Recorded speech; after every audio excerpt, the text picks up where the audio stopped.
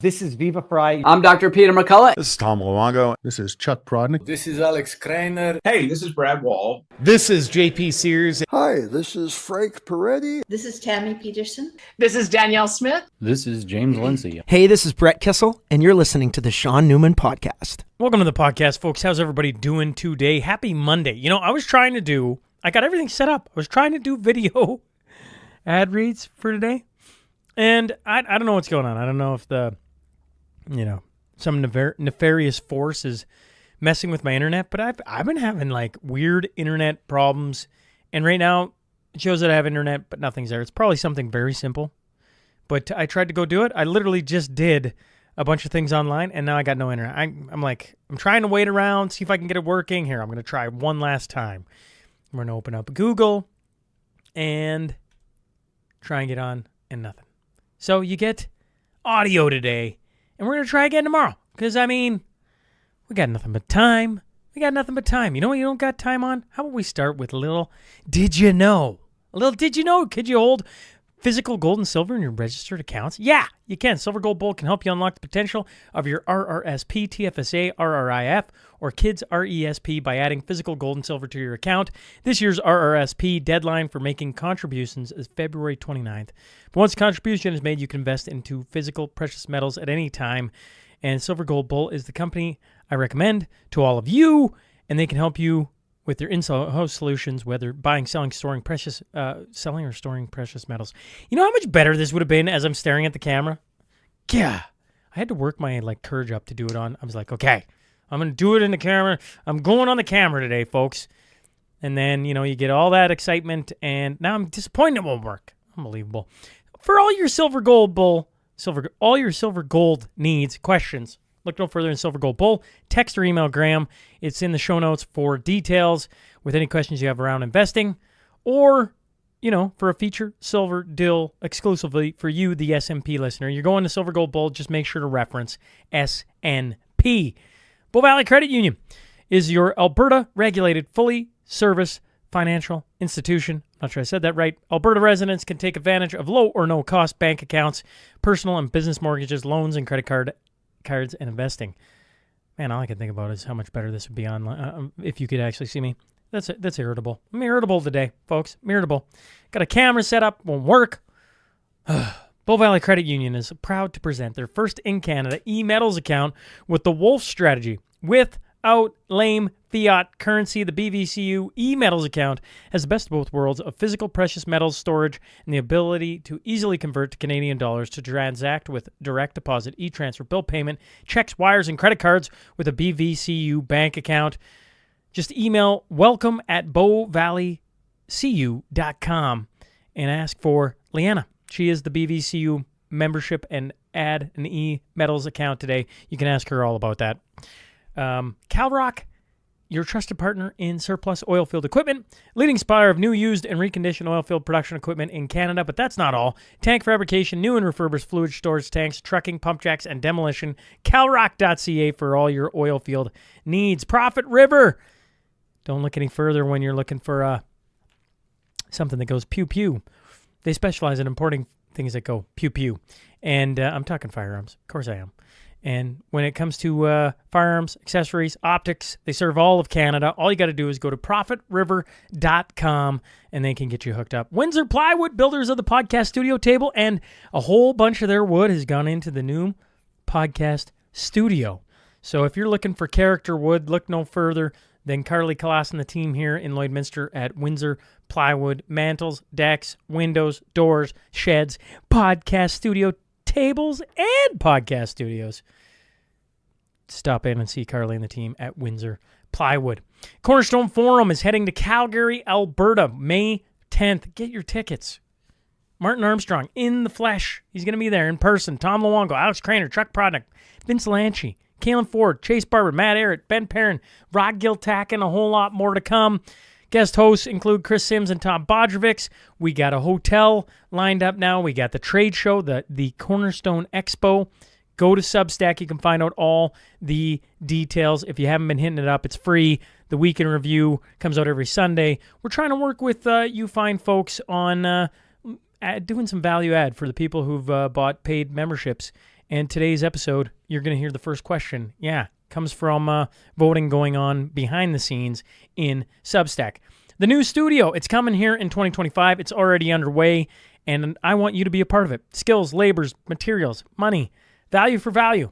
We're building a wall inside of it. It's going to have, well, if you donate money, time, etc., your name on it. Nancy, I'm sorry. Mitchick, Donald Valiant, Grant Milner, Kathleen Davis. There's a whole bunch of others. They're the latest. Harris Electric is the latest. There's a bunch of companies jumping on board, a bunch of people jumping on board, and you can have your name in that studio as well. If you're listening or watching on Spotify, Apple, YouTube, Rumble, make sure to subscribe. Make sure to leave a review. Make sure to comment. And if you're watching on X, and the next time I'm going to be pointing right at you in the camera, I'm pointing right now, but nobody can see it. Give me a retweet on the episode. Let others find it and, break through some of the barriers that are certainly put out there for us. All right, let's get on to that tale of the tape.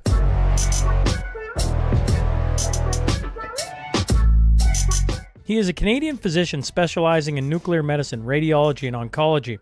He has authored over 100 peer-reviewed publications in international medical journals focusing on nuclear medicine and targeted radionuclide therapy. I'm talking about Dr. William Makis. So buckle up. Here we go.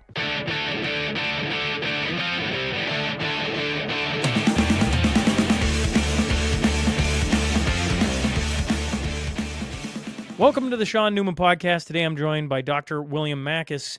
Sir, thanks for hopping back on. Thank you very much for having me. I don't know if you realize this, but you were on, I highly doubt, folks, he's keeping track of when he was on the SNP last, but episode 564, if anyone cares, and that was a year ago. It was January 10th.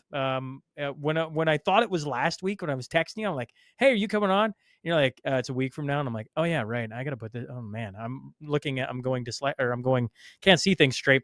Regardless, doesn't matter. It's been a year since you were on. So first off, thanks for hopping on. How has the year been?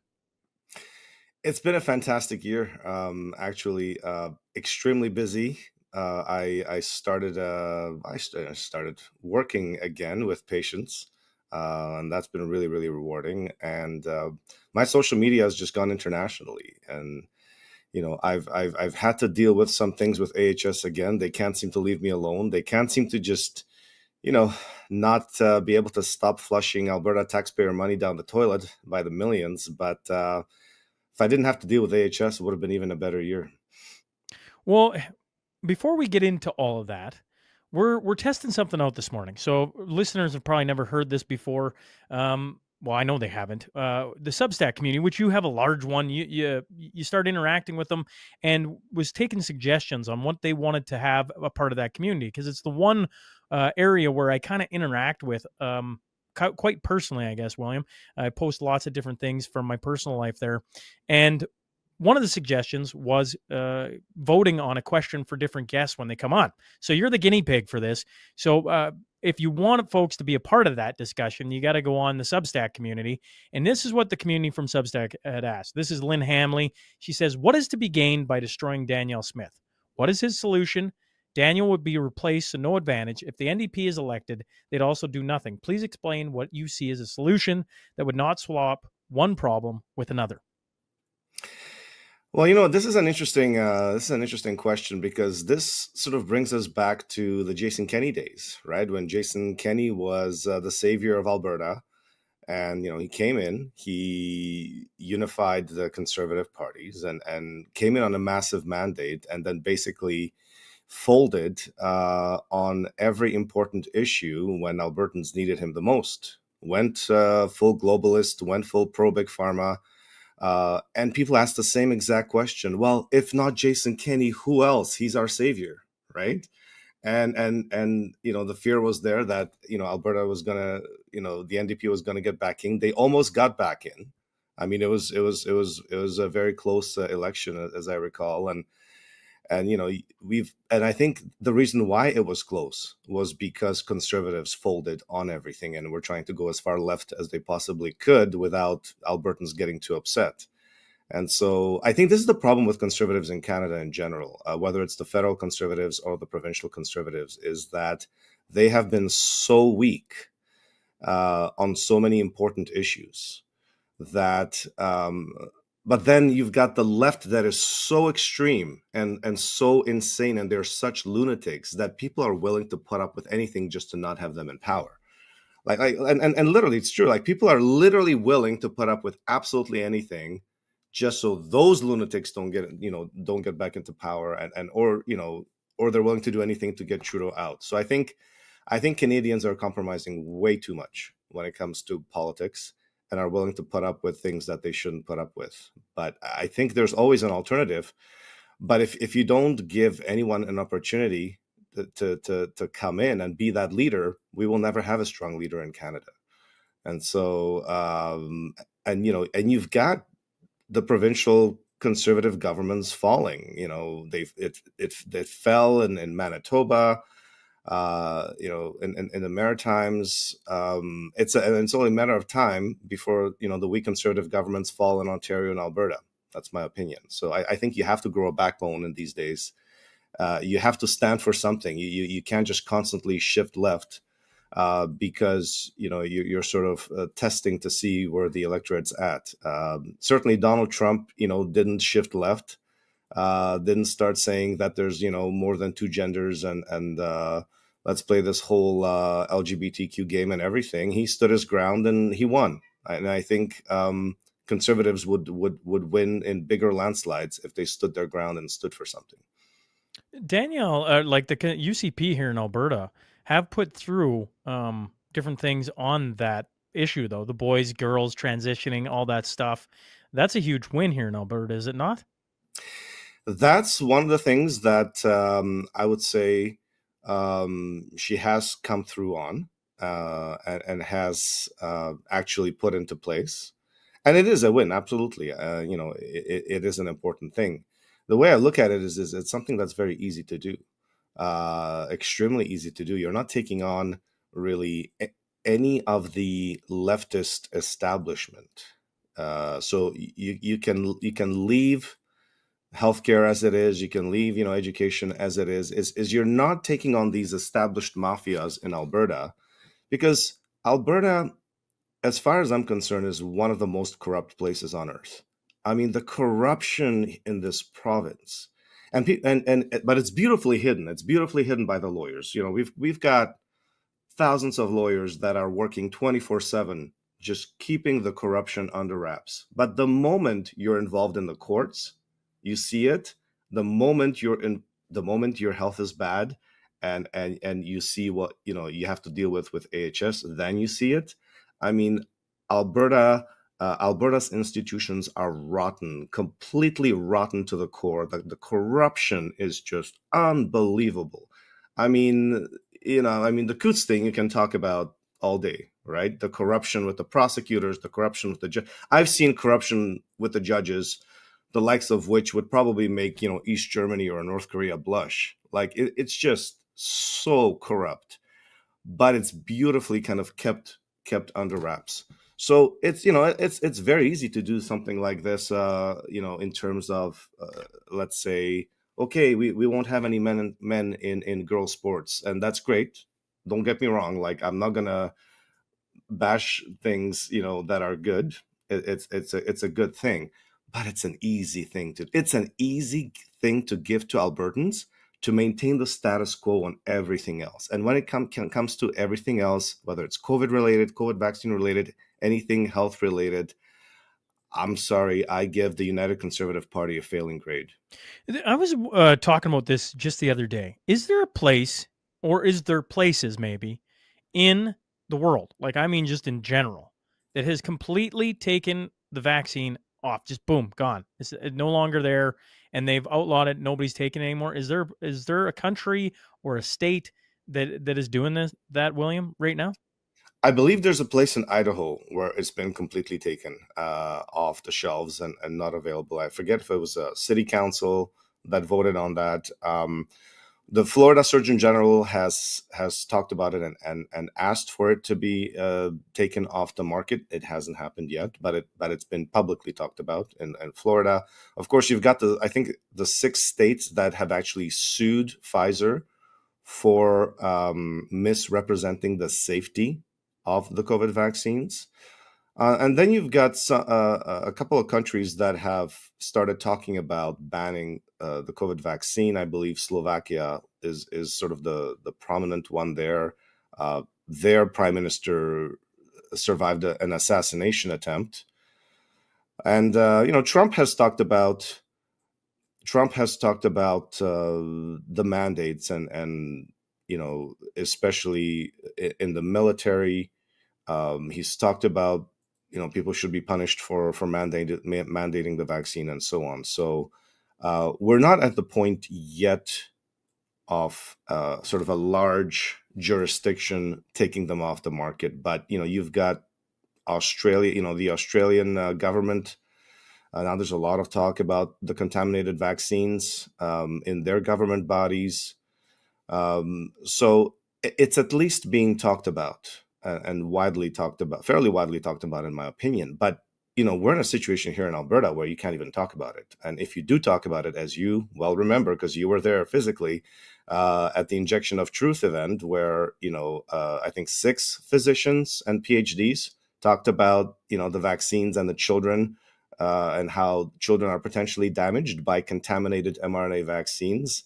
And we were viciously attacked and smeared by the Alberta media. Not only that, I had the police come to my house and intimidate my wife and my children, the Edmonton police. And they told me we were sent by the college. To do what? What did they say when they showed up to your house? They said, well, you spoke at this event. I'm like, and? I spoke at this event, and so what? Right. Oh, you mean the pedophiles that I was exposing, the 4 doctors who were sexually assaulting or raping children? Is that why you are here? And like you should have seen the look on the faces of the 2 Edmonton police officers. I mean, they were embarrassed, but they said, well, the college called us and they made a complaint, and they said you made some phone calls, and as if I needed to call the college for anything, right? After they've been threatening my family for almost 9 years now. But they were on call for the college. And yet, when we were threatened again by AHS lawyers and we go to the Edmonton police, we have to spend hours there trying to convince them to even listen, to even look at our complaint. They wouldn't touch it. They're like, no, we can't. It doesn't matter. They can do whatever they want. The judges can threaten your family. The Edmonton police, the college can threaten your family. That's okay. We can't take this. We can't take your case. We can't. It took us hours to convince a police officer to take a multi-thousand-page file, right? So they're literally on call for doctors who sexually assault children and get the red carpet rolled out for them. The Minister of Health came out. You remember this, Sean, because you were there. The health minister came out a few days after the Injection of Truth event in June 2024 and said, this inflammatory material that Makis talked about is untrue, and we love our healthcare workers, and came out in full defense of pedophilia and pedophiles and child rapists in Alberta. The Minister of Health defended child sex abuse in a public forum, in the media, defended them, said, no, Makis is lying. These are great people. And then we find out just a month ago that one of them has just been sentenced to prison for 18 months, right? I didn't get an apology. I didn't see the Alberta health minister stepping down saying, oh, I'm sorry, I defended child rapists publicly and smeared Makis for literally just pointing it out, that the college is giving medical licenses to child rapists and taking medical licenses away from doctors like Dr. Daniel Nagassi and Dr. Roger Hodkinson and doctors who prescribed ivermectin and were saving lives during the pandemic. So we've got some very serious issues here in Alberta, and Daniel Smith is flying around the United States trying to, curry favor with President Trump. And meanwhile, I'm getting threatening letters from Alberta, from AHS lawyers and college lawyers threatening to send me in prison. Well, let's talk about this. That's lots of things have been sent to me over the course of a year. My audience is like amazing, and they just as soon as something's like hot in the fire, they're like, you got to talk about this. You got to talk about this. And right before Christmas, where I was bouncing, me and you just couldn't seem to get schedules to me because you had a GoFundMe. You were talking about jail, and I'm like, what has gone on? in the last like 2 weeks that I'm like, I must have missed something, and I like to think I'm not missing too much these days, but I mean, I'm sure there's people who would have an argument with that, but regardless, Yeah. what happened in the lead up to starting a GoFundMe? To my eyes, William, you raised a ton of money super quick. I was like, holy crap. And then it was like the CEO is poof gone. And just things started to happen real fast. I'm like, what is happening here? And I would love to hear, your side or the story of what was going on at the beginning of December to my eyes. Sure. Well, I mean, I can give you a very short summary, and then maybe I could give you maybe just a couple of minutes background on sort of why this is happening. So I have an active lawsuit with Alberta Health Services. They breached my contract. They sabotaged my cancer program back in 2016. They left a lot of cancer patients to die, and they've been trying to bury it and cover it up ever since with a lot of Alberta taxpayer money, over $10 million in legal fees at this point, if not more. And the latest attack caught me by surprise as well, because, I mean, I've just been dealing with legal issues with Alberta Health Services for the past 9 years. And, then there was the AGM with Danielle Smith. And I stayed fairly quiet. I didn't get too involved politically. Of course, they had canceled. There was a lot of pressure put on the UCP MLA who had organized the first injection of truth event, a lot of pressure put on him to cancel the second injection of truth event so that Danielle Smith wouldn't have any trouble at the AGM, especially when it came to the vaccines, which are still being injected into babies as young as 6 months old, of course. And so once the AGM was done, about a week later, I get a letter from AHS saying that they're going to seek an application to have me put in prison. And sure enough, I get the filing in court, and they say, "Well, we want to put Makis in prison for 83 days." And I'm thinking, what is this? What is this nonsense, right? And it was relating back to exchanges that I was having with Premier Danielle Smith's office about the sabotage of my cancer program. I've been emailing her about the sabotage of my cancer program for, I think, 2 years now, and sharing with her some of the details about what went on and what happened. And apparently, all those emails were leaked from the Premier's office, confidential government emails between me and Premier Danielle Smith. All of those emails were leaked to Alberta Health Services lawyers, who then ran to the courthouse, ran to a judge, a Trudeau judge that's been overseeing my case since 2021, made an application to seal the documents and to punish me, to hit me with a fine for speaking about the sabotage of my cancer program and some of the cancer patients that AHS had murdered. And so they call that, sharing patient information, the fact that I talked about a few patients being murdered by AHS. And so, of course, they had an emergency application, and, the judge sealed all the documents and then hit me with a $10,000 fine on top of some other court costs that I had already faced before. And then I ignored it, of course. I'm not going to pay extortion to these, corrupt organizations. That's how I apparently lost my license, was when the college had come after my license after they failed to bribe me the first time.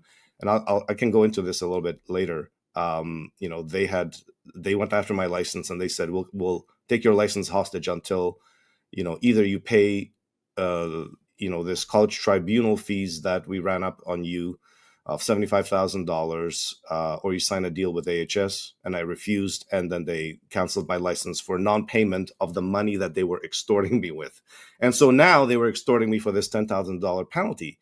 But this time they said, you didn't pay this last set of court fees based on leaked documents from Premier's office. We're going to request that from the court that you be imprisoned for 83 days. And this had to be okayed by Premier Danielle Smith's office. This kind of stuff doesn't happen, threatening a doctor with prison time.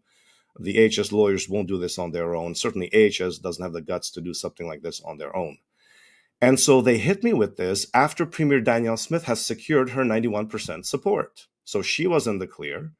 And I'm here with my family being threatened, my children being threatened, because, I'm the breadwinner of the family. So if I go to jail, my family ends up on the street.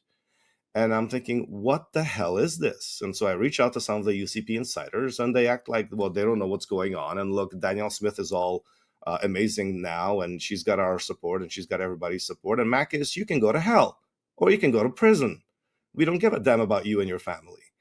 And so I went public with it, right? And I went public with it. I don't have a lawyer. I haven't been able to afford a lawyer for the last 9 years because over $10 million of Alberta taxpayer money has been poured into AHS lawyers, just keeping me from practicing medicine and trying to keep my family, afloat here, and them trying to bury my family. So of course, I had no money to pay lawyers. So I started a GoFundMe, and I raised about $150,000 in 1 week. Well, you know what? That's going to take care of all the extortion money that I'm being extorted with on behalf of the Alberta government. And so that was what happened. And I put the spotlight back on Premier Danielle Smith's office.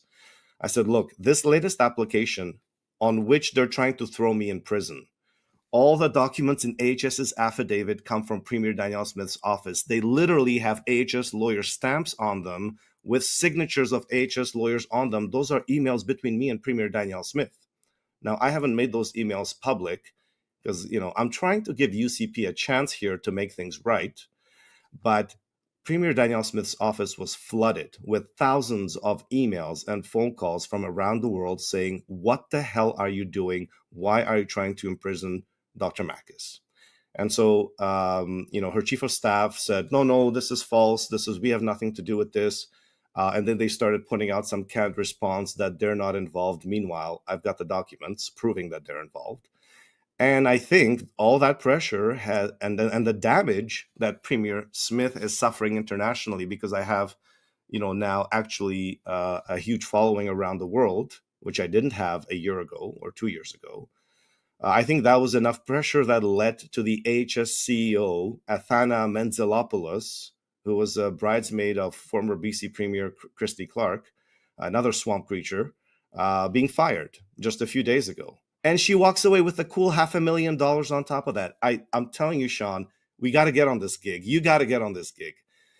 Everyone has to apply to be an AHS manager, AHS executive. If you get fired, you walk away with $500,000, $1 million. I think the previous AHS CEO walked away with like $1.2 million. Mauro Chiez, he was a former radiology tech. He's walked away with $1.2 million after a year or two of doing nothing. Verna, you walked away with God knows how many millions of dollars when Jason Kenney fired her. I mean, they're just pouring. They're just swimming in money. They're swimming in Alberta taxpayer money, but it seems Alberta taxpayers don't mind how many billions of dollars are shoveled into AHS and never seen again.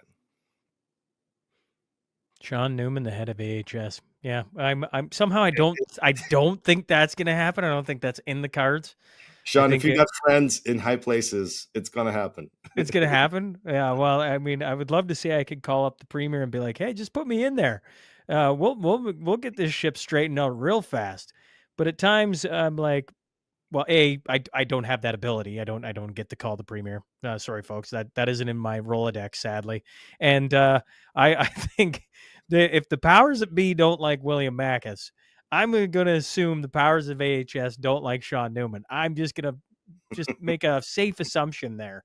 With all this going down, has then the court case disappeared then with the AHS? Like, obviously, when it comes to the cancer, where this all began, this is how I first stumbled onto you back in not 2016. I think it was like 2022 when I first had you on.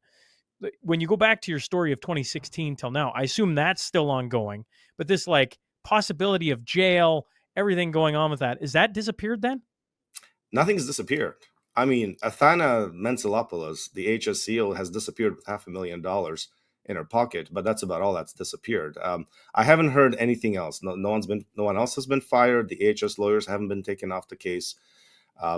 They haven't communicated with me. Now, I've got a new lawyer, James Kitchen.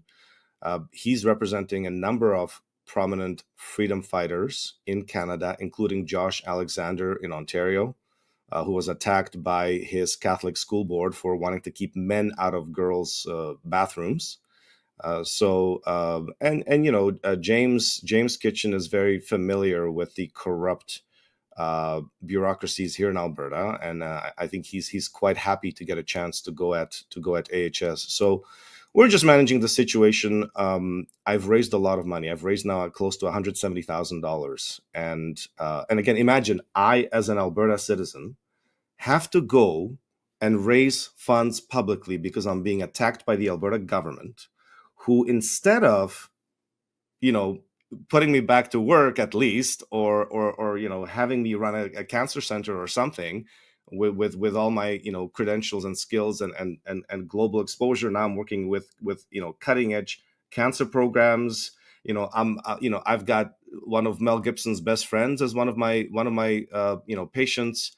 I've got over 1,000 patients at this point, but instead of being helped, right, I'm having to deal with having to raise money publicly just to fight this entity, Alberta Health Services, and try to keep myself out of jail. So we're going to be first we're going to be in communication with AHS first, because I am going to pay some of the extortion fees that they're attacking me with, and basically threatening jail with. I have no intention of going to jail. I have no intention of being a martyr for this province.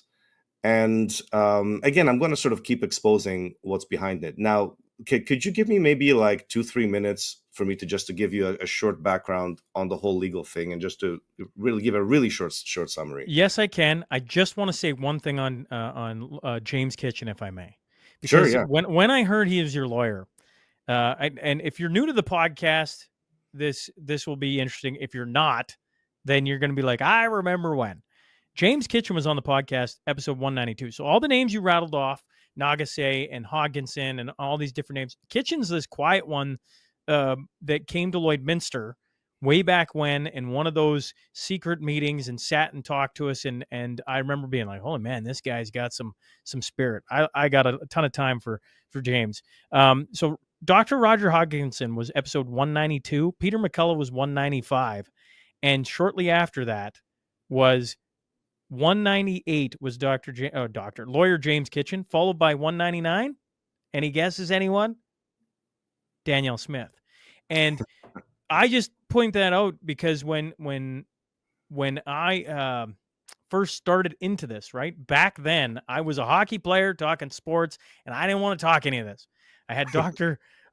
Roger Hodgkinson in this studio, William, yell at me through the mic to the audience of like, wake up. You got to start waking up. Yeah. And anyways, that led me down this road to where I currently am today. And I just started talking to James again because I'm like, you should come back on the podcast. It's been like almost 600 episodes since he was last on, folks. The fact he's representing you, the fact he's representing others, my hat's off to him, because that means he's been in the fight for a very long time, which I'm sure we're going to get to hear hopefully sooner than later. And to hear he's representing you, I got a lot of time for James. And that comes back from him being one of the early guests in studio to take the stance on COVID and talking about it. So once again, my hat's off to him. Yes, you may continue with a little more on the legal background. Just a little more on James. I was contemplating, who's going to represent me against Alberta Health Services, which is like, the shadow government in Alberta here, consuming, almost half the provincial budget every year. That's not a task that most people are going to want to take on. That's always sort of almost a career suicide. But, James came across and my desk, and I was, super impressed. I've been impressed with his speeches and, his testimony to the NCI. And I think recently he posted about Trump's comments about making Canada the 51st state. And he said, look, I don't know about the legalities of that, but we've got a serious problem with the courts. And something like 95% of the judges in Canada are leftist activists who've basically been abusing the rights of Canadians, throughout the pandemic. And so, imagine a lawyer saying that something like 95% of the judges are now, woke left activists in Canada, and we have a serious problem with our courts. So we really do. So I've been super impressed with him. He's actually representing a friend of mine here in Alberta. It's a story that hasn't been put out, but it was a young man in health whose career was destroyed by University of Alberta because of some minor misgendering incident thing and what have you, and they just completely destroyed this guy's career. A young guy just getting into healthcare, his life ruined. That hasn't been made public yet. It's an absolutely atrocious story. So James Kitchen is representing him as well, and so that's kind of how I got to know a little bit about him. So an amazing guy, and I'm really, really happy to have him in my corner. I'm happy to have someone in my corner who actually, someone who's strong, who's ethical, and who's been in this fight, right? Because it seems like a lot of people are just sort of sitting on the sidelines, right? And then now they're cheering on Danielle Smith and getting on that bandwagon before they were cheering on, Jason Kenney. And so, but you want to have someone who's actually been in the fight and has put things on the line. And James is one of these guys who's absolutely done that. Now he lives in the United States now, which Does he? Yeah, which I think helps. But so he's fled Canada. Jordan Peterson has fled Canada. I don't want to have to flee Canada. I mean, I don't either. I fled Czechoslovakia to come to Canada, and I'm not about to leave and leave some Antifa types in control of Alberta and let them have just finish destroying the province. But people like me, are not being given a chance, not by this government. So something's got to change. So I want to give you just a little bit of a background, and again, just a kind of a really short synopsis of the story, because as you know, my story's been going on for 9 years now, and UCP hasn't stepped up to the plate to fix the situation, even though they could fix it tomorrow. This idea that Danielle Smith can't interfere in court cases, that is absolute rubbish. That is complete falsehood. She wouldn't have to be involved in court cases. My matter is a civil matter, anyways. It could disappear tomorrow. But my story began in 2016. My cancer program, which was one of the most successful cancer programs in Canada, was sabotaged by AHS CEO Verna Yu and AHS Chief Medical Officer Francois Bélanger in 2016. They got me removed from my cancer program. They were trying to shut down my cancer program, which has now been rebuilt in Vancouver, British Columbia. And if you want the treatments that I was doing for free in Alberta, if you've got a cool $180,000 in BC, they'll do those treatments for you in BC with targeted radiation treatments for stage 4 cancer patients. They've got those private clinics up and running now in BC with Trudeau's money. One of my patients actually told me, one of my recent patients said, "Hey, Dr. Makis, you know what? I was going to get this targeted lutetium cancer treatment in BC, but I don't have $180,000. And I said, "Oh, I used to do those for free in Alberta." And of course, cancer patients don't have access to those since 2016 and still don't. So my cancer program was sabotaged by AHS so that Trudeau could build his big empire in British Columbia, his pharmaceutical empire. And of course, David Martin talks about how Trudeau's potentially involved in the COVID vaccines and some of the companies there. I don't have information on that, but I can tell you the Liberal government has poured money into pharmaceuticals and has been doing it ever since Trudeau got elected. So my cancer program gets sabotaged in 2016. They pay me $50,000 to sit at home and not treat cancer patients. This should have been a scandal. It got buried by the media, but I was actually paid my salary of $50,000 a month to sit at home, not diagnose cancer patients and not treat cancer patients. And I didn't want that, but they're like, "Well, sorry, we're not going to allow you back to your office, but here we're going to pay you your salary. But if you set foot back in your office, we're going to have security drag you out. We're going to come after your license. We're going to come after your hospital privileges." So right there, they paid, I think, over $500,000 just to keep me out of my program, so the program would collapse. So that because I was doing 90% of the cancer treatments, they wanted to collapse that cancer program so it could be rebuilt in British Columbia. So they paid me to not treat cancer patients so that the program would collapse, and then they could basically get rid of it and rebuild it elsewhere. So that's a scandal in itself. And I kept fighting with them. I said, "Look, I just want to go back. I just want to treat my cancer patients." But no, they wouldn't. They paid out my salary to what they thought was the end of my contract. End of 2016, I realized they're not going to let me back, and no matter what I do. And I filed all kinds of complaints, and those complaints went nowhere. So I filed a lawsuit. I went to Dr. Dennis Modry's lawyers, and filed a lawsuit, $13 million lawsuit against Alberta Health Services. Now, as you know, Dr. Dennis Mondry was the doctor who had done the first heart transplant in Alberta, had been sabotaged by Alberta Health Services, who tried to get him to retire early. They had forged the documents in his case, fake complaints, just like in my case. And he eventually won his case because he had some really incriminating documents against AHS. And so that got settled out of court. And so I went to his lawyers. They filed a beautiful $13 million lawsuit against AHS. And we went into discovery. I started questioning AHS executives under oath and so on. And then AHS came with an offer, $400,000 Makis, money on the table, tax-free. But you have to sign this non-disclosure agreement. You will never talk to any doctor in Alberta about what happened. You will never talk about what happened with your cancer program. Just sign this non-disclosure agreement, and here's $400,000 tax-free. And I said, no, I'm not going to do it. I'm going to continue with my lawsuit. Within 6 hours of that, the College of Physicians and Surgeons of Alberta took my medical license hostage, opened the complaint, and basically started the process of getting my license suspended. And they said, look, we're not going to let you practice medicine until you take that money and sign that deal with AHS. This is back in 2017.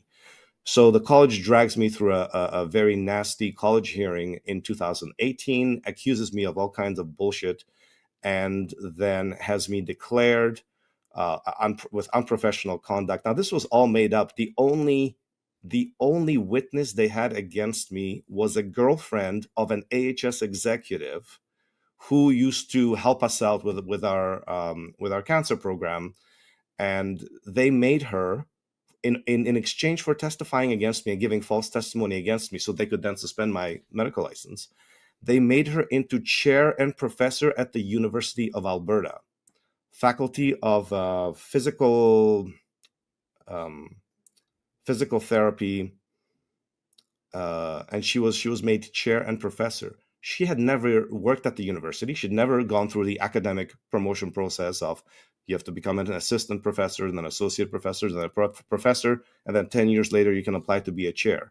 They gave her a chair position at the University of Alberta as a bribe in exchange for testifying against me, so that the college could then take my license, smear me publicly, and say Makis has been found of some unprofessional conduct, and then basically put the squeeze on me until I signed the non-disclosure agreement with AHS. This was 2018. At the same time, in 2018, AHS filed a fraudulent application in court to have me declared a vexatious litigant and have my $13 million lawsuit thrown out. That was heard by Justice Claxon in 2019. He said, okay, AHS is putting a ton of pressure on me. Makis is not a vexatious litigant. I'd never even been to court. It was a completely fraudulent court application. This is where AHS starts spending millions and millions of dollars on legal fees, trying to basically bury me at this point. So 2019, Claxon says, okay, well, Makis maybe was vexatious in non-judicial proceedings because I had filed a lot of complaints against these AHS executives, but his lawsuits may continue. So AHS lost that court process. And so then they filed another emergency application to shut me up on Twitter because I started talking about AHS corruption on Twitter. And then Justice Claxon presided over that case in 2020 and threw that out, said, you can't silence Makis, you can't suspend his, because they asked my charter rights to freedom of expression to be suspended so that I will not be allowed to talk about healthcare in Alberta and the corruption that goes on. And Justice Claxon threw that case out. And so I had two major legal victories in that period, 2019 to 2020. And now, I don't know if you remember Justice Terrence Claxon, but he also ruled against AHS in the Stephen case. Now, the Stephen case, it was a little child in Alberta who had died, who had developed some kind of respiratory symptoms, and AHS claimed that he had meningitis, and his parents hadn't given him the meningitis vaccine, and so they were criminally liable for the death of that child. That was what AHS claimed. In reality, the child had some respiratory issues. He was picked up by the ambulance, and apparently the AHS ambulance didn't have the pediatric intubation equipment necessary to save that child's life. So it was criminal negligence on the part of AHS. But because they didn't want anyone to know that, They literally forged documents to try to have the child's parents put in prison. There's been a movie made about this. This is another one of AHS's giant scandals that has been buried, never been talked about in the media. That was the Stefan case.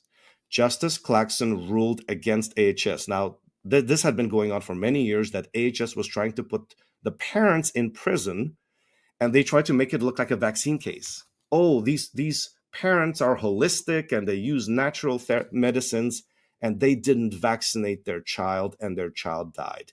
And they try to claim the child had meningitis. They put some fraudulent pathologist on this case to try to claim in court that the kid had meningitis. The child never had meningitis. And it was all forged. It was all forged documents by several doctors and AHS lawyers, a complete fraud. They tried to basically bury the fact that they had kept ambulances without the proper equipment necessary to save that child's life. So the judge who ruled in that case against AHS was Justice Claxon. Same judge who ruled against AHS in my case, that my lawsuit against AHS should continue and that I cannot be silenced on Twitter. You know what happened in 2021? That judge was taken off my lawsuits and was replaced by a new judge, Justice Avril Inglis, one of the first judges that Trudeau appointed in Alberta when Trudeau became Prime Minister in 2016. This is a radical leftist judge who then said, okay, Makis, we're going to take care of you. We're going to finish you off once and for all. And starting in 2021, this new judge, Avril Inglis, who was put to preside over my cases, started organizing multiple court applications by AHS, the college, and the University of Alberta. And what they did, the ultimate goal was to get both of my lawsuits thrown out, because I also had a lawsuit against the University of Alberta for sabotaging my appointment as assistant professor of radiology and oncology. That was a $22 million lawsuit. So this new Trudeau judge, and then she had been appointed by the Chief Justice of the Edmonton Court of King's Bench, Kenneth Nielsen. He appointed this judge to now organize an extortion scheme against me and my family. Multiple applications by AHS, the college, and the university. And the idea was to have so many judgments made against me with so many court fees and court costs that they would bankrupt me and they would get my lawsuits thrown out for not paying these court fees and so on. It was a 5-year plan. It took them 5 years to have these multiple court processes. Now, I had to represent myself throughout this entire time, these entire 5 years. And now this is under the UCP government. This is now Jason Kenney is premier. They know that they're doing this. They know that AHS is doing this, spending millions of dollars, arranging all these fake, court applications to try to have my lawsuits thrown out, try to have me attacked with court costs, and basically extorted into giving up my lawsuits and leaving Alberta. It took him 5 years, Shawn. It took him 5 years. This judge was coordinating everything. She was coordinating the court appointments, the court dates, when everything would be heard. Everything was heard roughly around the same time back in 2023. And there were something like 3 or 4 court decisions, all of them made against me. All of them on behalf were in favor of AHS, the college. So the college got itself out of my lawsuit, and I was hit with a $30,000 or $40,000 cost award there. My university lawsuit was thrown out by the courts, another $30,000 there. And I had applied to have AHS declared vexatious litigants for abusing court processes. And this Trudeau judge didn't even look at my submissions, threw it out, and hit me with another like 40,000 penalties or 30,000 in penalties for that one. And then with Premier Smith, the $10,000 fine, that was just icing on the cake. That was the last one. So I was in 2024, last year, I was being extorted for over $100,000. One of my lawsuits thrown out, the other one hanging on by a thread. So the college comes after my house and they say, oh, we've got this court award. Now we're going to take your house. So they applied to the Edmonton, municipal government to take my house. They've taken the first steps in taking my house. And then in November, AHS applies to have me thrown in prison for not paying one of those costs, the $10,000 cost, and the other whatever $40,000 I owe them. They said if Makis doesn't pay that, we want the court to throw out his remaining lawsuit. And if that happens, so what's the end goal of all of this? The end goal is that I'm in prison, my reputation destroyed, my medical career destroyed, all of my cancer patients dead, my cancer program finished off, and the college is out of my lawsuit, AHS is out of my lawsuit. I have no lawsuits left. So I have no recourse left in Alberta. So I'm in prison, all my lawsuits are gone, and all these criminals at AHS, the college, and the university walk free. Everyone wins, except Makis, because the hell with Makis, right? And of course, this was the way UCP was going to go as well, because UCP is like, yeah, we got Daniel Smith 91%. You guys can finish off Makis if you want. Go for it. And within a week of Daniel Smith getting her 91%, AHS makes this big application in court to have me thrown in prison and have my last remaining lawsuit against AHS thrown out. Do you actually think, and maybe I'm just like, okay, AHS is $1 billion organization, right? Mm-hmm. And I hear the numbers and I'm like, I'm just trying to do like mental math. It's like a small fraction of what they bring in. It's like, I'm like, do they actually care about $8 million lawsuit or whatever the number actually is? Yeah. What does it represent, William? Because obviously it represents more than just money. If it was just money, I'm like, to me, if I'm sitting there and I want something to go away, I just pay it and move on with life. Especially Shaun, when it's $1 billion.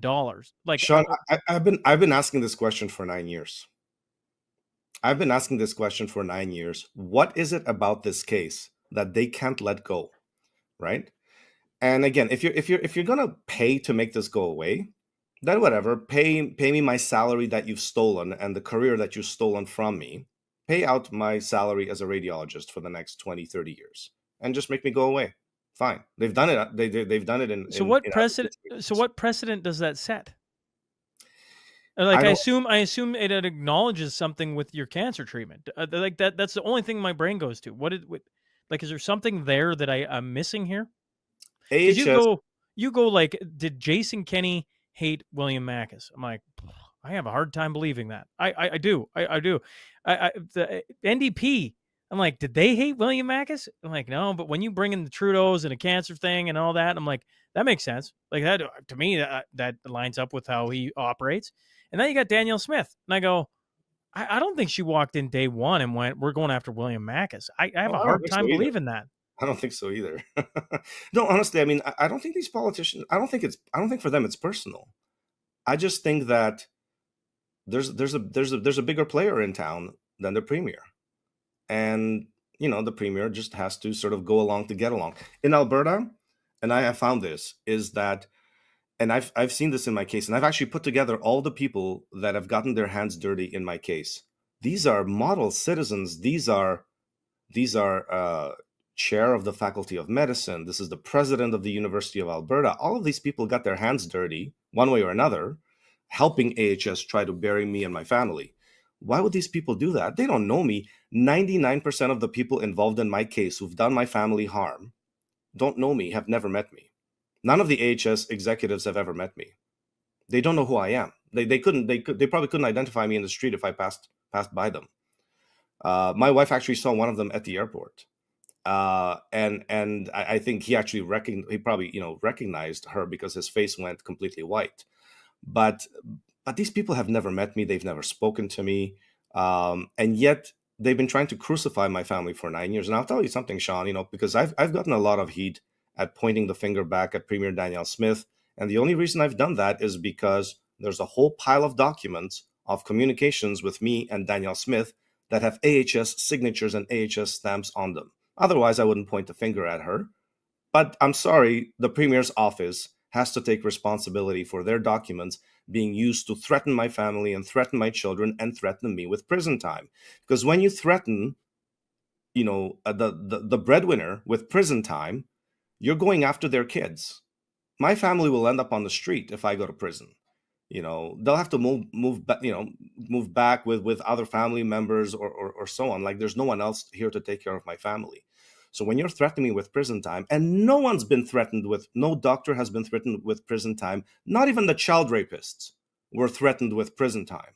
The doctors who were raping children as young as 5 years old here in Alberta have never been threatened by AHS, have never been threatened by the college, have never had Edmonton police visit their house, and they've had the Minister of Health go to bat for them publicly. Only when the court finds them guilty, then they're like, oh man, okay, I guess our friends have to go to prison. Even the pedophiles are treated a million times better than me and my family. How is that possible? Right? I'm sorry, that lands on Premier Daniel Smith's. Well, I don't know. I don't have an answer for you. I'm just like, I'm sitting here and I'm listening to it. I'm like, well, I didn't know who Dr. William Makis was before. I'm pretty sure it was 2022. So before that, I had no idea. The only people who would have known about you, I assume, and forgive me, I mean this I don't mean to make light or anything like that. Probably would have been the cancer people, right? Because if you had cancer and you'd heard the story about free treatment to get life-saving treatment here in Alberta, I think that would be pretty big news. I could be wrong on that, but I think that would make sense. The thing that sticks out to me... Yeah, go ahead. Go ahead. Well, the thing that sticks out to me today is you talk about died suddenly a lot. And I'm like, some people want to move on. Lots of people want to move on. Hell, I want to move on. But then you have somebody died suddenly. And that word is just like, it's happening everywhere right now. It's like died suddenly, died suddenly, died suddenly. You talk about turbo cancers. You talk about a lot of things that, it's kind of like saying the name Voldemort in Harry Potter, right? No, do not mention what shall not be named. And when you mention it, you become uncomfortable. And when you become uncomfortable, I'm like, they want you to go away. And yet at the same time, but we all want the COVID thing to go away. But we got to talk about it. But are we going to act like that none of that happened? That none of these people who got the vaccine, which is already being admitted all over the place, that, maybe there was some things that are harmed in there, that the Pfizer documents themselves admit it. It just goes on and on and on. Yeah. So to me, in the last 2 years since I've known who you are, I'm like, I get why people are going after you in a sense, but at the same time, I'm like, it just doesn't even make sense. But you want Max to go away, pay him the money, and carry on with life. Exactly. I don't get the AHS, because it's not like this is Sean's money William's coming after, right? I mean, it is and it isn't. I mean, I guess taxpayer money, but you're up against the machine, and it's almost like you want them to admit wrongdoing, and they're like, well, we're not doing that, and we're going to bury you to prove a point. You're going against the machine, and normally the machine is the federal government in Justin Trudeau. And in this sense, it is AHS, which is, I don't know, is it an arm of the government? Well, I think it's more than that. I think it actually is the shadow government, the real government in Alberta. There must be some big egos involved. There might be some other crimes involved that I don't even know about, that maybe I stumbled upon accidentally. I don't know. It doesn't make sense. It just doesn't make sense from any angle. Financially, it doesn't make sense from the perspective of the public relations. It doesn't make sense. But I can tell you, Sean, in the beginning, because I've spoken to some of my cancer patients afterwards, because of course they found me on Twitter and so on, and they said, we had no idea where you disappeared. You were just gone one day, and no one said anything. No one knew where you were. You were just gone. You literally vanished. Just one day, you just vanished into thin air. And then my cancer program did collapse, and hundreds, if not thousands, of cancer patients died as a result. And that was it. It was not, no one ever knew, no one ever found out. And I can tell you, Sean, and I will never forgive Rebel News for this. I will never forgive the Western Standard, and I will never forgive True North.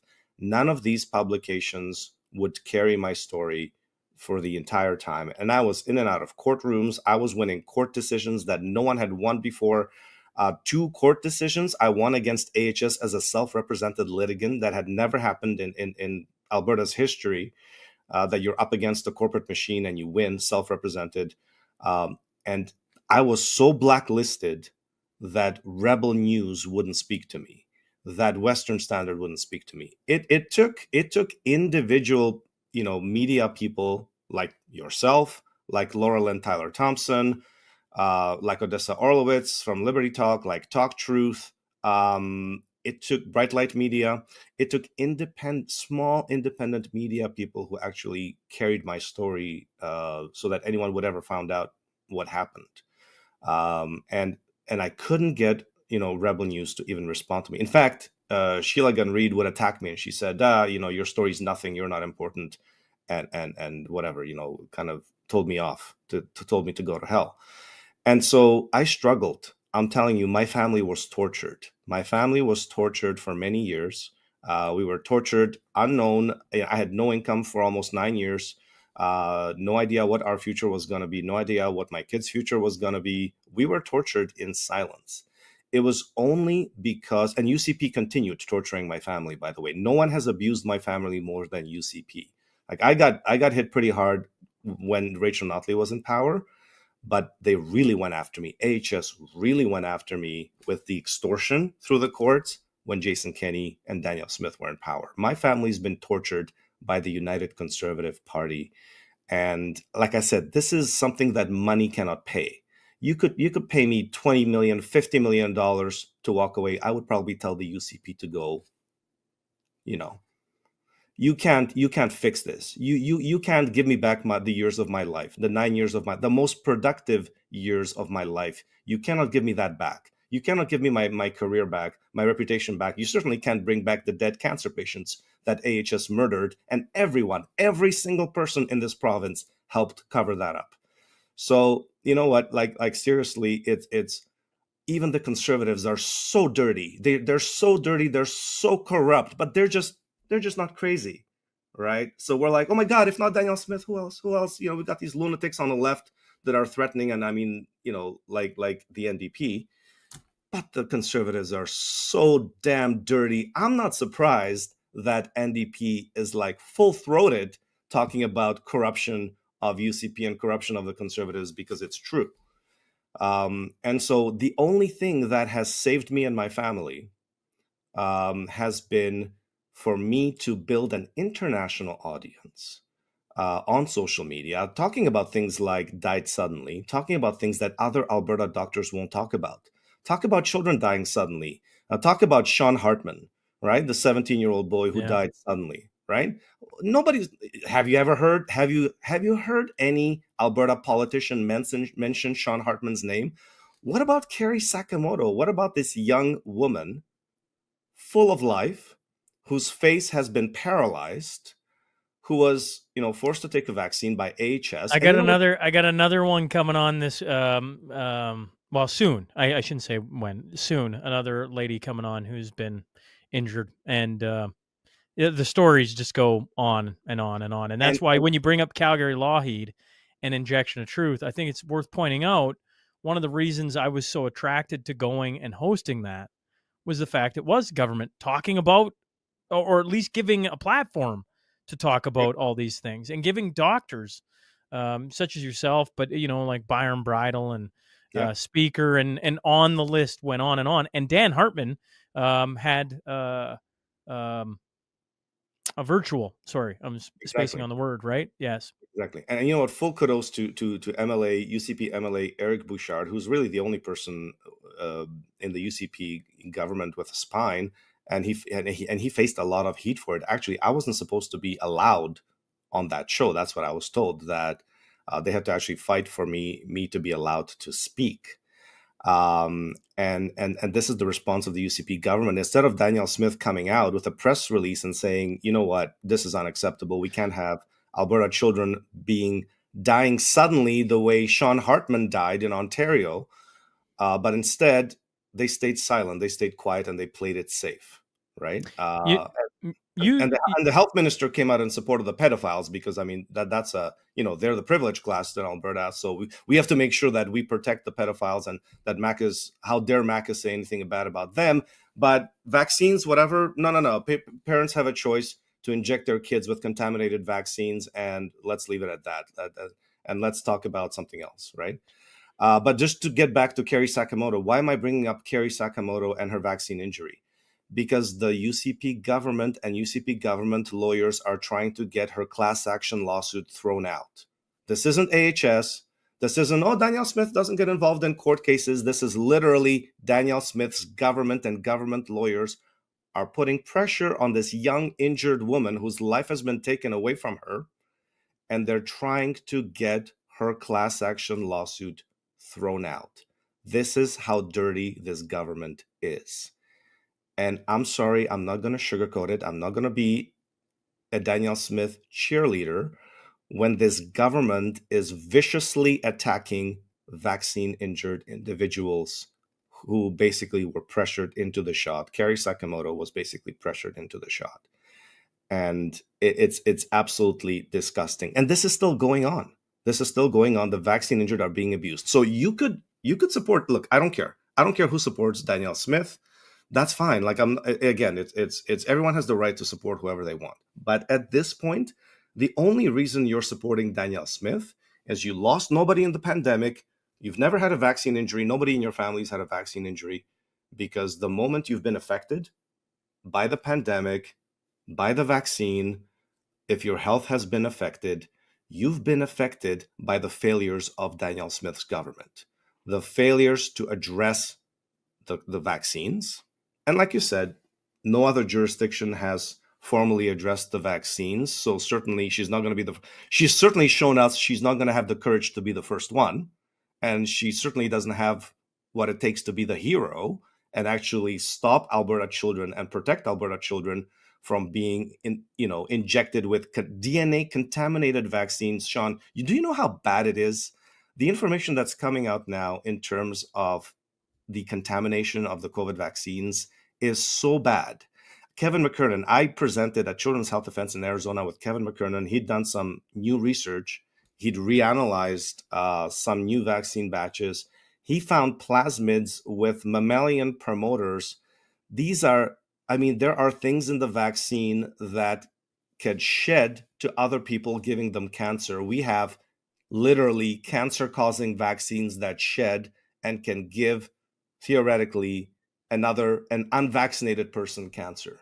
That is how bad it's worse than anybody knows, right? So when it comes to the turbo cancer, for example, the aggressive cancers that I'm dealing with now with a huge practice, these vaccines are much worse than what anyone can imagine in their wildest nightmares. And Premier Danielle Smith, after this big government event, she comes out and says, well, we give the parents the choice to inject their kids with these contaminated shots. Yeah, when the doctor has a gun to their head, every doctor in Alberta has a gun to their head saying, if you say anything bad about the vaccine, we will take your license and we will destroy your life. We will destroy your career. You will never practice medicine again in Alberta. That's informed consent that parents have in Alberta. A doctor forced to lie at gunpoint to protect the pharmaceutical industry, to protect AHS, to protect AHS executives who are walking away with $500,000 severances. I'm sorry, and Albertans accept that? Really? You accept that for your kids? That this stays on the childhood vaccine schedule? There are parents injecting their kids right now because they're like, well, it's on the vaccine schedule. I must give this to my child. And now their children are coming down with cancers, with sarcomas, leukemias, lymphomas, brain tumors. And we're all just going to say, that's okay, that's acceptable. We're going to accept child rapists to be given their medical licenses back because, we saw Makis talk about that and he got the police sent to his house. So we're going to be okay with that. When there's doctors sexually assaulting children, we're going to roll out the red carpet, give them their license back and put them back into the community. And we're going to accept that as Albertans? I'm sorry, there are certain things that people should draw a line at. And the attack on our children, and that was the title of my talk at the Injection of Truth. It was the war on Alberta's children. Our children are being attacked from multiple angles, and not just boys playing sports, boys playing girls sports. Yes, it's good that you can fix that. But I'm sorry, when you're talking about child rapists having medical licenses, and when you're talking about children being injected with cancer-causing contaminated vaccines, that's a little more important than not allowing boys in sports. But I guess that was enough for Albertans to then turn around and be like, yay, we have the best leader in Canada, because our standards are now so damn low that we're not going to fight for anything else. Just don't put those NDP lunatics in charge. And you know what? They're going to be in charge. NDP is going to win the way things are going. If UCP doesn't grow a spine and doesn't start doing the right thing, NDP will take the next election, guaranteed. Danielle Smith will not be a two-term premier. William, I appreciate you hopping on. One of the things we top of the hour, just passed it, and I want to make sure I respect the time. One of the things, I'm just gonna a ton of people were wanting your thoughts on all the cancer treatments that, Sure. like the big, huge thing with Mel Gibson. And then I'm like, well, I know the guy to talk to about that, but maybe what we should do in order to give it its full, the time it needs to talk about all those things is maybe I'll just invite you back on here so we can actually talk about some of the things you're working on. But just quickly, if somebody wanted to work with you, where do they go? How can they get a hold of you? Because I know you already know this. I get texts all the time, like random texts, like, "Hey, Makis," and I'm like, "I'm not Makis." I don't know where that came from, but probably from the podcast, right? I assume. Yeah. But if I could streamline that for them, if they're listening to you and they want to talk cancer or they got a loved one, like on and on the stories go, how can they find you? So people can reach me at makisw79@yahoo.com. And be very careful with the email address, because there are now a dozen scammers using my photos, my material on Facebook. I'm not on Facebook. On WhatsApp, on Telegram. I'm not on any of those platforms. There's a website, beautiful website made with my photos, my entire background, that offers, to buy ivermectin and offers cancer consulting and so on. And the address, if you look at the address, it sends you somewhere in Nigeria. So you got to be very careful. There's a lot of scams out there now using my name, because again, I'm in the public spotlight. I'm in the international spotlight now, despite Alberta Health Services' best efforts to get me kicked off Twitter. And this is such an irony, because I see patients who are patients at the Cross, patients at the Tom Baker or whatever the new cancer center is called now in Calgary. They can't get to see an oncologist, but I'm seeing them. I'm helping them out. They can't get to see an oncologist here. In fact, as you know, there was a 41-year-old man in Edmonton who died on a wait list waiting to see someone at AHS. He waited for 3 months with a stage 4 gastric cancer, and then he died. I'm seeing more of those patients. They're coming to me instead. And it's ironic because they're coming to me because, I started my Substack that went viral internationally. It's now one of the top Substacks in the world, one of the, top medical newsletters in the world. I started writing a Substack because AHS was blocking me from doing cancer work and seeing cancer patients. And so I'm putting out research. People, I'm giving people some advice and so on. They start coming back to me and saying, I've halted my stage 4 cancer. My tumors are shrinking and so on. So I realize, I'm like, okay, people are actually getting serious, like real help. They are, being able to treat cancers just from my Substack articles. So you know what? The hell with the College of Pedophiles and Child Sex Abusers of Alberta, as I like to say, or as they call themselves, the College of Physicians and Surgeons of Alberta. The hell with these guys. I'm going to start seeing patients again, and no one is going to stop me. No one is going to stop me. So I set up a health coaching / cancer coaching service. Health coaching is outside of the jurisdiction of the college, not regulated in Canada, and I'm still a physician. I'm still an MD. I can still help cancer patients.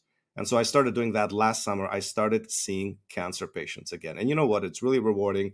I love doing it. It's what I've trained my whole life for. It's what I should have been doing for the last 9 years here in Alberta, but the government wouldn't let me. Alberta Health Services wouldn't let me. So I have over 1,000 cancer patients right now under my care. I work 18-hour days. I'm extremely busy, but I'm trying to help as many people as I can and deal with, AHS lawyers threatening my family and threatening my children at the same time. And I can tell you, Shawn, the only reason that UCP is going to do anything about this, and maybe that's why they fired the AHS CEO and gave her $500,000 to go away, is because the international spotlight is now on Danielle Smith and what they're doing to doctors in Alberta. And the fact that Roger Hodkinson is still being dragged through college tribunals, even though Danielle Smith told him during a campaign event back in 2022, Dr. Roger, you're going to love this. I'm going to dissolve the College of Physicians and Surgeons when I get in. And she didn't keep her promise. She didn't keep any of her promises when it came to healthcare. And Dr. Roger Hodkinson, friend of Danielle Smith, is now being dragged through tribunals. He's having to get lawyers to represent him because they're trying to, and I mean, he's basically in semi-retirement, and they're still trying to destroy, what's left of his medical career. Of course, Dr. Jordan Peterson didn't move to Alberta, the bastion of freedom, because he knows that the same mafia that is going after him and his family is basically running the show here in Alberta as well. And he knows that Danielle Smith didn't fix anything, and he was kind enough to his friend Danielle Smith that he didn't point it out. And he just pointed, the spotlight at Trudeau and said, well, I had to leave Canada because of Trudeau. But in reality, he actually even campaigned for Danielle Smith in a way, had her on the show or whatever. They did events together, and yet, she didn't fix the situation so he could come to Alberta. He now lives in Arizona. He had to move to Arizona. Right. And so I'm sorry if I'm critical of Premier Danielle Smith. I know a lot of people love her. I know that for a lot of people, it's one of the great things of this platform is like, you can love Danielle Smith, you can hate Danielle Smith, but I'm not, it probably makes a few people uncomfortable, but this is what it's about. It's about discussing things. And what's going to happen, William, is a ton of people are going to text, and I'm probably going to get some people from the UCP texting me, and I'm going to have a whole slew of things come in, and hopefully it spurs on more conversations. And I know, sorry. And honestly, I don't like her. I don't hate her. I've never met her. She's never met me. I've never met her. I don't know her as a person, right? All I know is that I'm the only doctor for the last 4 years who's been threatened with prison time. And that includes the child rapists. They haven't been threatened with prison time. Not by HS and not by the college, who kept their medical licenses clean on the college websites. And 2 of them, they gave them their license back so they could have, you want to have these people have access to children, right? And so I've been threatened with prison time. My family's been threatened. I'm just sitting here defending my family. So don't come after me and saying, oh, Dr. Makis, well, if you're going to destroy Danielle Smith's political career, who else is going to save us? My God, it's only Danielle Smith or this, lunatic Neshi who's, I'm sorry. I'm just here defending my family. I literally want to be left alone. I'm treating my cancer. I've got 1,000 cancer patients now. I'm busy as heck. I've got an international audience. I've got an international following that loves me. I'm in touch with Senator Ron Johnson, the United States, all the great doctors I'm working with all the great doctors in the United States, Dr. Malone, Dr. McCullough. I'm working with those guys, Dr. Pierre Corey. I don't have time for this. I don't have time to deal with some BS, from AHS lawyers threatening, oh, we're going to put Makis in prison for 83 days. For what? What are you going to put me in prison for? You con artists. The only reason you guys are shoveling money into your bank accounts is because Albertans are looking the other way, and you've got $26 billion poured into AHS every single year, and no one will say a word because everyone's getting a little cut from that AHS, sweet AHS money, right? So don't give me this, oh, Dr. Makis, you're trying to bring down Danielle Smith. I'm not trying to bring down anybody. I'm not in politics. Maybe if I went into politics, that'd be a different story. Now that I have a bigger following than Danielle Smith, and I can tell you, Shawn, I have 10 times the engagement on Twitter than Danielle Smith and every other UCP MLA combined. They can't buy that kind of political capital if their lives depended on it. But I'm not in politics. I'm not a politician. I'm a little doctor. I'm a nobody. I love to work with cancer, treat my cancer patients, talk about the vaccines and so on. I just want to be left alone, and I want my family to be left alone. And I think, what, I don't see why I shouldn't want peace for me and my family. Appreciate you hopping on, sir. And the next go around, for all the people that they're like, we needed to talk about all the different cancer things. What we're going to do is we're just going to bring Makis back on. And then what I'm going to do is I'm going to put something out so people can ask me all the, because there's a 1,000 questions Yeah. that are going on with this. And I got Scott Marsland coming on from Pierre Corey's clinic. The two of them run that. And we're talking about a whole bunch of things on, some positives of like, hey, you're in a tough predicament with XYZ. Here's some new things to think on, and Right. try and give some people some new alternatives or some new ideas to wrestle with, because all of you are doing some work that most of us I'm never gonna go into, cancer research. Sorry, folks, that's not in Sean's cards. But what I can do is bring Makis back on to talk specifically about that, about the papers that you've helped publish, and some of the work you've been doing, because I think a lot of people are going to be really interested to hear some of that. But we'll Sure. save that for when we get another hour with you, and talk about some of those things. Either way, appreciate you hopping on, William, and we'll pay attention here as things move along. Well, thank you, Sean. I appreciate it. Just a little word on that on the cancer topic. Mel Gibson really blew this thing wide open. Just talking about his friends who've cleared their stage 4 cancer with ivermectin and fenbendazole and these sort of cheap antiparasitic drugs. And I've gotten a lot of attacks from that, but also a lot of new followers and a lot of people who've never seen this stuff before. They were not aware that you could use something like ivermectin to treat cancer, and it's a fascinating drug. I could talk about it. I've got Parkinson's patients getting better. I've got Alzheimer's patients getting better. Rheumatoid arthritis patients, Lyme disease patients. It's a fascinating thing. So I'd really love to do another show on that, and just on that, right? Yeah, well, leave the politics aside and let's just talk about some things you're working on. I think that would be really interesting. And I know from the texts and some of the stories I hear, people are at times are paralyzed because they have no answers or no Right. even things to try, right? Like Right. let's go try and options is the word I was looking for, right? They feel like there's no options. And Exactly. so to give options and ideas, I think would be really, really helpful. And we'll do that. We'll schedule another hour so then we can get all the questions and you can talk directly to them. Okay, perfect. People can find me on my Twitter at MakisMD and my Substack, makismd.substack.com. And once again, if you want to contact me about a cancer consultation, my email is makisw79@yahoo.com. Appreciate it, William. All the best. And once again, we'll line that up so people can get all their questions in on cancer and, I don't know, all the other things going on with body ailments. I'm sure there will be quite a few that come in for that.